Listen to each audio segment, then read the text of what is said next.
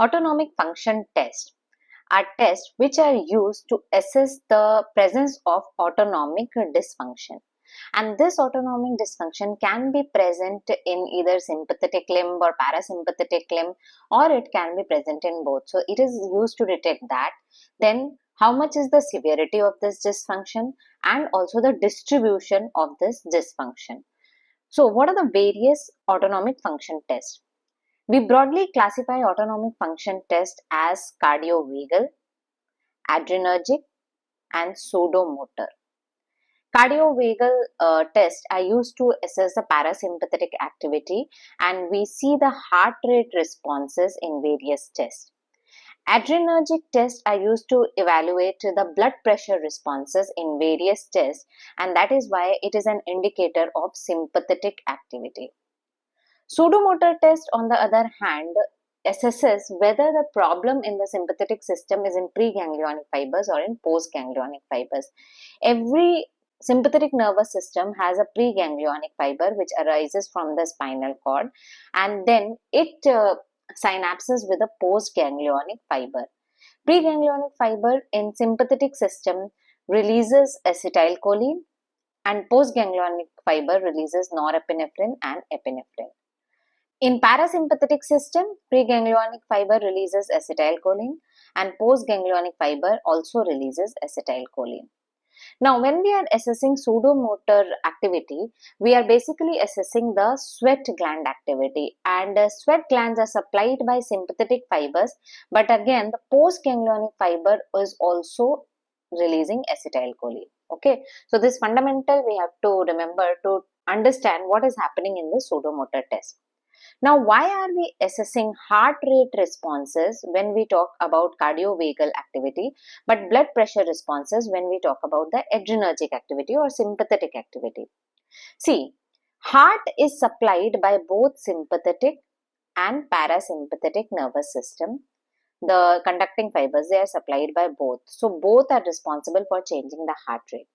However, beat to beat changes in heart rate are brought about by parasympathetic nervous system. That means the parasympathetic nervous system is much faster to act for changing the heart rate compared to the sympathetic nervous system. On the other hand, the blood pressure responses, especially the diastolic blood pressure responses, they are an indicator of sympathetic activity, because the blood vessels, the arterioles are supplied by the sympathetic nervous system, and when sympathetic nervous system is activated, arterioles constrict, increasing the peripheral resistance and hence increasing the diastolic blood pressure. On the other hand, when sympathetic nervous system activity decreases, arterioles dilate and peripheral resistance decreases and diastolic blood pressure decreases. These blood vessels do not have any parasympathetic innervation. So obviously, logically, diastolic blood pressure responses are an indicator of adrenergic activity. So what are these various tests? In cardiovagal, we will talk about the deep breathing test, Valsalva maneuver, head up tilt test. In adrenergic, we will talk about BP responses in head up tilt test, that is also known as lying to standing test. Also BP responses in Valsalva maneuver. Then cold pressor test and isometric hand grip test. Then in sudomotor, we will be talking about quantitative sudomotor axon reflex test and thermoregulatory sweat test. Now, there are many other autonomic function tests, but their sensitivity and specificity varies. So, I will be discussing about the tests which are most commonly used. So, moving on to the first test, that is the deep breathing test. In deep breathing test, we connect a stethograph on the patient's chest. So, we have to record the breathing activity and we connect the ECG lead so as to record lead to ECG. Now we ask the person to take deep inhalation and deep exhalation. So the person inhales and exhales repeatedly, and the rate is 6 breaths per minute. Okay. So he takes basically for one deep inhalation 5 seconds and one deep exhalation 5 seconds. So that one breath equals 10 seconds. And then he will be completing 6 breaths in 60 seconds. So that is 1 minute. And we are continuously recording this respiratory movement by stenography, so that we know that which phase is inspiration and which phase is expiration, and we are continuously recording ECG as well. So what kind of record do we obtain? We will obtain inspiration, expiration, inspiration, expiration, stenograph recording, and we will also get ECG recording. So ECG recording, something like this, we will get much faster, obviously. Okay, like this we will continuously get. Now, there is changes in the heart rate with inspiration and expiration. With inspiration, heart rate increases, and during expiration, heart rate decreases. This is known as sinus arrhythmia. So we take into account these changes in heart rate with inspiration and expiration to determine something known as E:I ratio. What is this? E:I ratio is maximum RR interval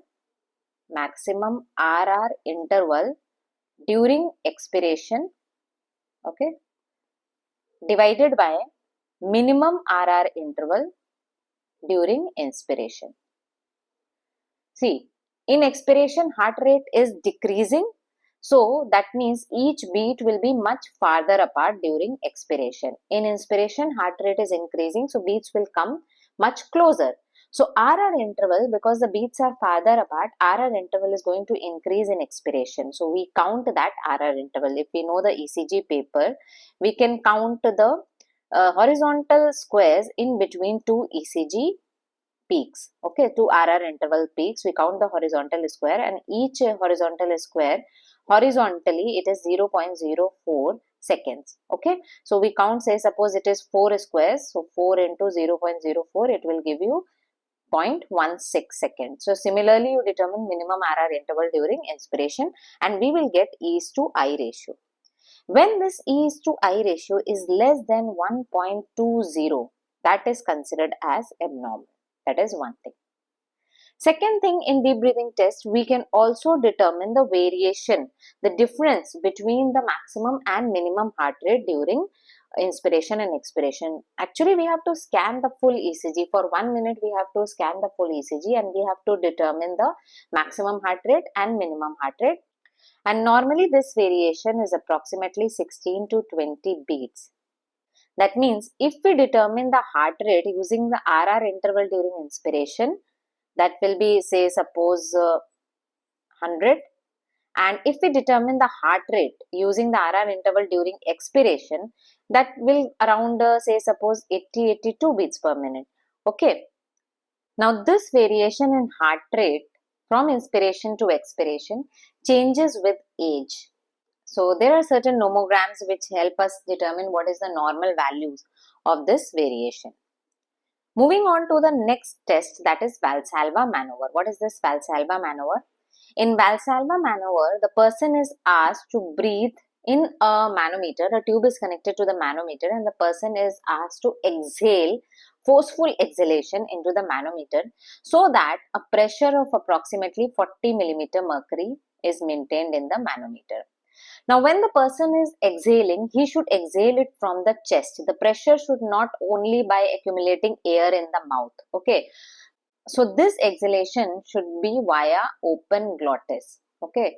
Now many books give closed glottis, while other hand many other books give open glottis, which is correct. See, both are correct. Only thing is that we have to make sure that the person is not exhaling via the mouth itself, just filling the air via the mouth. So in that case, open glottis becomes better. So how to ensure that the person is breathing with open glottis? We actually make a very small hole in the tube here, so that he has to maintain a continuous pressure from the chest, so as to maintain this pressure to 40 millimeter mercury. Otherwise, if it is only from the mouth, then that is not going to happen. So in that case, it is open glottis. So nowadays, we say that it is through the open glottis that the person has to exhale and maintain a pressure of 40 millimeter mercury. Now, what happens in this Valsalva maneuver? So in Valsalva maneuver, we have 4 phases. Okay, so if you see graphically here, the first graph is showing what is happening. So this is the first phase with the start of the maneuver, where the intrathoracic pressure increases because the person is exhaling forcefully, so the intrathoracic pressure increases.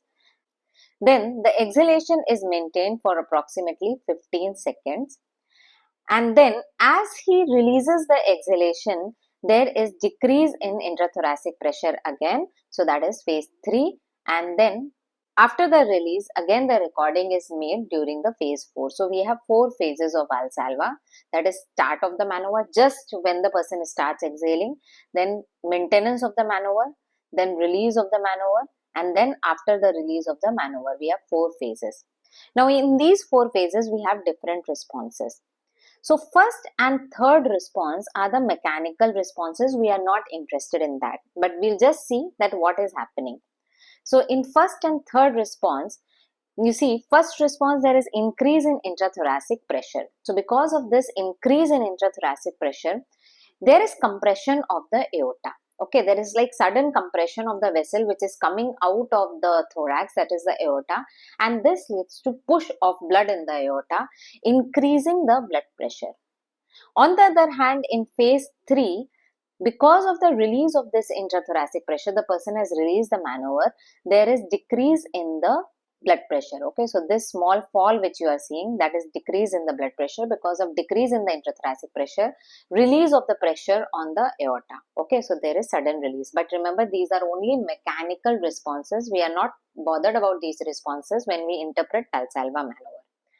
Now, during these first and third responses, we see opposite responses in heart rate, because when there is increase in the blood pressure, there will be activation of the baroreflex, which will cause decrease in the heart rate. So this is the heart rate response. Okay, so whenever there is increase in blood pressure, baroreflex will tend to correct it by decreasing the heart rate and also by the sympathetic response on the blood vessels, right? We will talk about it little later. We are recording only BP and heart rate. So directly we see that yes, BP increased, mechanical activity, heart rate decreased. Then as this is released, heart rate is again increasing. Okay. Now what is happening in phase 2 and phase 4? In phase 2, because the intrathoracic pressure is kept increased, the person is continuously exhaling and maintaining the pressure of 40 millimeter mercury. So the intrathoracic pressure is continuously increased. So because of this increased intrathoracic pressure, there is decrease in the venous return. There is compression of the veins. There is decrease in the venous return. This decreased venous return leads to decrease in the cardiac output. This leads to decrease in the blood pressure. So that is phase 2. Okay. Now, because of this decrease in the blood pressure, the baroreceptors are going to detect this decrease in blood pressure, and there is going to be increase in heart rate. There is increase in sympathetic activity, increase in the heart rate, and also there will be peripheral vasoconstriction. They are going to act on the arterioles, cause its constriction, leading to increase in the peripheral resistance, and hence both of these factors are going to correct this blood pressure. So what we are seeing in early phase 2, there is increase in this heart rate, and because of this increased heart rate, you see in the late phase 2, the BP is increasing. It is here maintained and it is little bit increasing. Why? Because of this increasing heart rate and also due to peripheral vasoconstriction. Very important. So in phase 2, we have 2 phases, that is early phase 2 and late phase 2. Okay, so late phase 2, we see that because of the peripheral vasoconstriction and increased heart rate, this BP is little bit started to rise. So that is known as the BP responses in Valsalva. We said before that in sympathetic system autonomic function test, we also tell about the BP responses in Valsalva. So this is the BP response in Valsalva, right? Then in third phase, I told that it is mechanical. So there is little bit dip in the blood pressure because of loss of compression on the aorta. Fourth phase, what happens? Fourth phase, now the person has released the pressure. The intrathoracic pressure has again gone back to normal state like this, previous state. Now, when intrathoracic pressure decrease in intrathoracic pressure, so now the venous return is going to increase back to the baseline state like what it was here. Venous return is going to increase. Cardiac output is going to increase because of increased venous return, that is Frank-Starling's law, and this causes increase in the blood pressure, same as that of the original. Okay, so there will be no fall. But what we see is BP overshoot here. It is more than that of the baseline. Why is that occurring? This is occurring because still the sympathetic activity which was activated here in phase 2, it has still kept the peripheral vasoconstriction active. Okay, so because the vessels are constricted, the arterioles are constricted, with the same cardiac output, the blood pressure now overshoots. Okay, but with time it is coming back to normal. So in that 15 seconds it is coming back to normal. What happens to heart rate? Because of increased BP, there is decrease in the heart rate, and that's why we see a dip in the heart rate here. Understanding. So quickly we will revise what has happened. Phase 1, because of compression of the aorta, BP increases, heart rate decreases because of baroreflex. Phase 2, early, BP drops, heart rate increases, right? Phase 2 early, BP drops, heart rate is increasing. Phase 2 late, BP is maintained. Okay, it is coming back to normal, and heart rate is also increasing. Because of this increased heart rate only, now BP is getting maintained despite increase in intrathoracic pressure. Then phase 3, there is release of the compression of the aorta because of the release of the maneuver. So BP little bit falls, and heart rate, you see, it is increasing. So here there is a maximum heart rate. Okay, and in phase 4, now the intrathoracic pressure is released, so BP increases. Okay, but it doesn't go back to baseline what was the original, it overshoots because of the sustained peripheral vasoconstriction which has happened in the phase 2, and because of this heart rate decreases. So we are seeing a fall in the heart rate. Now what are the parameters which we have to assess? We have to look for the Valsalva ratio. What is Valsalva ratio? Valsalva ratio is the ratio between the maximum RR interval after the maneuver divided by the minimum RR interval during the maneuver. Minimum RR interval during the maneuver. Understanding. Maximum RR interval after maneuver, because here the heart rate has decreased. So wherever there will be maximum decrease in the heart rate, the RR interval will come farther away. We will give the maximum RR interval. During the maneuver, heart rate is increasing. They are coming much faster. So the RR interval is lesser. So that is minimum RR interval. Now this ratio, when it is less than 1.21, it is considered as abnormal. Okay, so we will not be getting proper heart rate responses. That is why Valsalva ratio is lesser. So this is an indicator of abnormal parasympathetic activity. Now coming to the BP responses, that is the adrenergic responses which we see in the Valsalva ratio. We see in this phase 2, late phase 2 and in phase 4. If we don't see that this maintenance of the BP in late phase 2 or this BP overshoot which occurs in phase 4, that means the peripheral vasoconstriction is not maintained. We told that phase 4, the BP overshoot is due to maintained peripheral vasoconstriction. Ultimately, it is going to come back to normal because of the BP overshoot. But if we don't get this BP overshoot and this BP maintenance in late phase 2, that means there is some problem in sympathetic activity, because these are the responses which occur due to sympathetic activation, the peripheral vasoconstriction. Okay. So yes, BP responses in late phase 2 and phase 4 abnormal means sympathetic abnormality. Abnormal heart rate responses means there is parasympathetic abnormality. So here it is Valsalva ratio. Next test is lying to standing test. So in this test, the person is asked to lie down on a couch, okay, and then this couch is raised, something like this, okay. So this test is known as lying to standing test, which is done at the bedside where the person is simply asked to stand. On the other hand, it is known as head up tilt test when the tilt table is used. This tilt table is automatically tilted approximately 70 degrees, okay, and we have to ensure that the person is well supported, so there are belts and his foot should be lying on this foot rest. Now during the test we record continuously ECG and beat to beat BP responses. Both are recorded continuously. Now what is going to happen? During the test, when the person is moving into the standing position, so there is decrease in the venous return. Why? Because when the person stands from the lying position, there is venous pooling in the lower limbs and abdomen, and that venous pooling can be around 500 to 800 ml of blood. So this causes decrease in the venous return to the heart. This will cause decrease in the cardiac output. This is going to lead to decrease in blood pressure.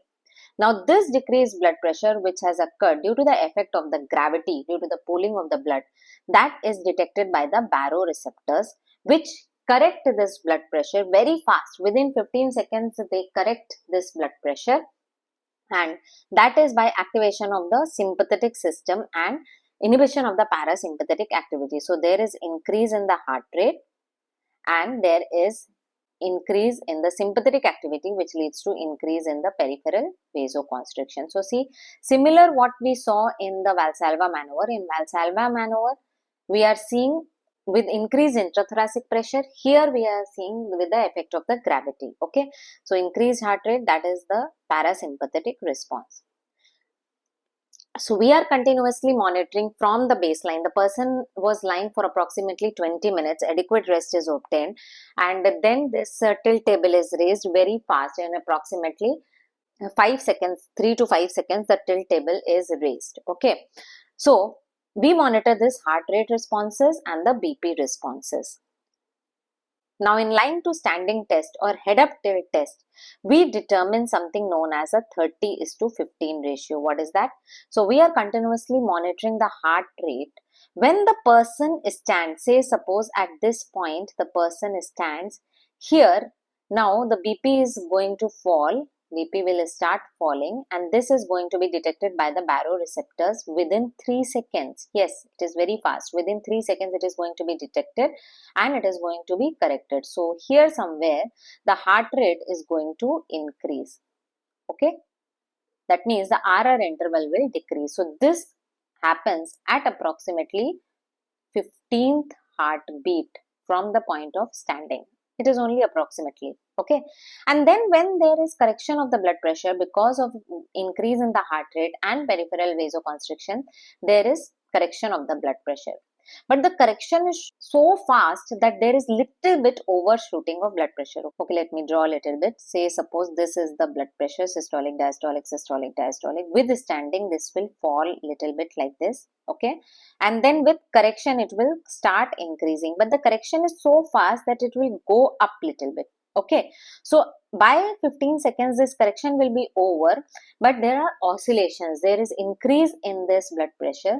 See, something if it is very fast, it is not very accurate. So we get increase in the blood pressure, and again this is detected by the baroreceptors, which again tend to decrease it. Okay, so there will be a decrease in the heart rate.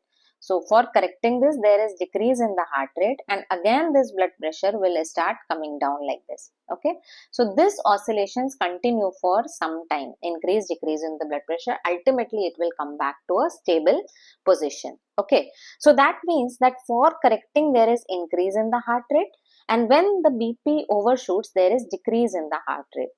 So we take the ratio of RR interval at these points. So increased heart rate we take at the 15th beat, and this decreased heart rate we take at approximately 30th beat, and that is known as 30:15 ratio. Okay, so we can write it as maximum RR interval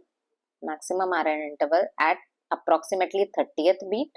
You look at 2-3 beats there, wherever it is maximum we take that. Okay, and divided by the minimum RR interval at approximately 15th beat. Okay, so this is 30:15 ratio. 30:15 ratio less than 1.21 is considered as abnormal, same as that of the Valsalva ratio. Then BP responses are also taken in line to standing test.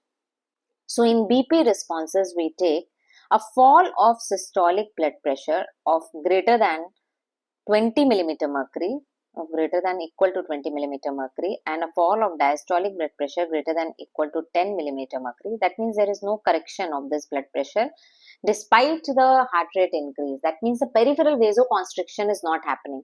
So if we get this fall in systolic and diastolic blood pressure within 3 minutes of standing, within 3 minutes, so we observe the patient for some time after tilting the table, we keep recording the blood pressure. So if this blood pressure responses do not correct within 3 minutes of standing, that is known as abnormal sympathetic activity. This is taken as orthostatic hypotension. Okay. Now, this orthostatic hypotension, actually, there can be many causes of orthostatic hypotension. It can be neurogenic cause, there can be problem in the nerves, it can be vasogenic cause, it can be psychogenic cause. So, this adrenergic activity, if we get abnormal responses, that means there is problem in the sympathetic activity. It tells you about the neurogenic responses. Moving on to the next adrenergic test. We have already seen the BP responses in Valsalva. We have already seen the BP responses in line to standing test. And with this, we also finish our cardiovagal test, that is deep breathing test, heart rate responses in Valsalva, heart rate responses in line to standing test. Moving on to other adrenergic tests to evaluate blood pressure responses, we have isometric hand grip test. So in isometric hand grip test, we determine a baseline blood pressure. First we measure the baseline blood pressure. Then we determine the blood pressure during the isometric hand grip test. Okay. So for this, we ask the person to press this hand grip dynamometer with maximum force and we determine what is known as T max. Okay. So what is the maximum force he can generate? Then he is asked to hold this dynamometer at 30% of T max. 30% of T max. Okay. So if it is say suppose 60, 30% of 60, it will come to 9. So he holds that at 9 kg for 5 minutes. Okay. And we keep on recording the blood pressure every 1 minute during this holding of the hand grip dynamometer, and we are recording the blood pressure on opposite arm. Okay, so every minute we are recording the blood pressure on opposite arm. And normally, because of this hand grip test, this is a isometric test, he is continuously holding. Normally, there is increase in the diastolic blood pressure. If this increase in diastolic blood pressure is less than 15 millimeter mercury, then that is considered abnormal. So again, we are seeing the BP responses in adrenergic test. Next is cold pressor test. In cold pressor test, we take a ice box with ice filled in it and then we ask the person to place his hand in the ice. Before that, we take a baseline blood pressure. Before starting the test, we take a baseline blood pressure, and when the person has dipped his one hand in ice, the temperature should be approximately 10 degrees Celsius. He will place the hand for approximately 1 minute. And we record blood pressure after 1 minute. Okay, so during 1 minute he has placed in ice, hand in ice, and after the maneuver we record the blood pressure at 1, 2, 5 and 10 minutes after the maneuver. In isometric hand grip test, we were doing it during the maneuver. Here it is after the maneuver, and in this, increase in diastolic blood pressure less than 10 millimeter mercury is considered as abnormal. So normally what is going to happen, that because of this cold temperature, there will be stimulation of the thermoreceptors, and this information from the thermoreceptors, it is going to reach to the hypothalamus, and this is cold stimulus. So hypothalamus, posterior hypothalamus will be stimulated, it will initiate the responses, and that is the vasoconstriction. Okay. So sympathetic activity is going to increase. This vasoconstriction, it is going to lead to increase in diastolic blood pressure because of increase in peripheral resistance. Okay. So with this, we finish our adrenergic test. Okay. So in cardiovagal, we talked about 3 tests: deep breathing test, Valsalva maneuver, lying to standing test. We saw the heart rate responses. In adrenergic, we actually talked about 4 tests, that is the BP responses in Valsalva maneuver, BP responses in lying to standing test, then we saw cold pressor test, and we saw isometric hand grip test. Next is Sudomotor activity, that is the sweat gland activity. How do we do that? We have 2 tests, that is QSART test and TST, thermoregulatory sweat test. So what is this QSART test? QSART test is quantitative Sudomotor axon reflex test. Okay, so I told you that we have in autonomic nervous system a preganglionic fiber which releases acetylcholine, and then we have a postganglionic fiber which releases again norepinephrine, epinephrine in sympathetic system. In parasympathetic system it is acetylcholine, but we are studying the responses of the sweat gland which are supplied by sympathetic cholinergic nerves. Okay, so we have acetylcholine again, right?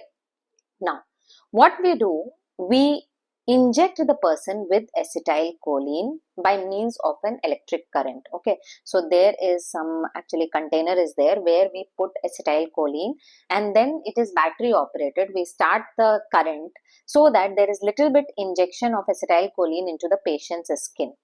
Now this stimulates the postganglionic fibers which are present there. This acetylcholine is like here, it acts here, it stimulates the postganglionic fibers which are present, and this causes release of acetylcholine from the postganglionic fibers, thus increasing the sweat production. And this sweat production is measured. Okay, so we are recording this sweat production. So that is known as QSART test. If we get decreased sweat production with this QSART test, that means there is problem in postganglionic fibers. So this is basically the small fiber neuropathy is detected by this QSART test. The next is thermoregulatory sweat test. In thermoregulatory sweat test, we coat the person, we paint the person with starch iodine, or there might be another chemical, alizarin orange, cornstarch. So we paint the person with that, and then we ask the person to lie down in a thermoregulatory chamber. Okay, then their heat is increased. Now when the heat increases, the core body temperature of the person is going to increase. So like the heat is such that it increases the core body temperature by approximately 2 degrees Celsius. This causes increased sweat production. Now because of increase in the sweat production, there is a change in the color in the paint which we have done. So starch iodine turns into black color. On the other hand, alizarin orange, if it is used, it turns into purple color. Okay, so in normal state, everything will turn into a different color, black or purple, depending on whichever chemical you are using. Okay, now in certain conditions, it might be that some portions, the color is not changed, maybe here, or it may be globally also. So depending on that, we decide that, okay, whether it is a global problem or it is a localized problem. For example, in peripheral neuropathy, there will be this glove and stocking pattern where only the hands and the feet will be affected. Or there can be other diseases in which only the like this lower limb is affected. Okay, in that case there can be a problem in the spinal cord. So that is TST. Now in contrast to QSART, which talked only about the postganglionic fibers, for thermoregulatory sweat test to be active, basically there has to be stimulation of the chemoreceptors. Okay, because the body temperature is changing outside also, inside also. So there is thermo receptor stimulation. Okay, that is going to the anterior hypothalamus.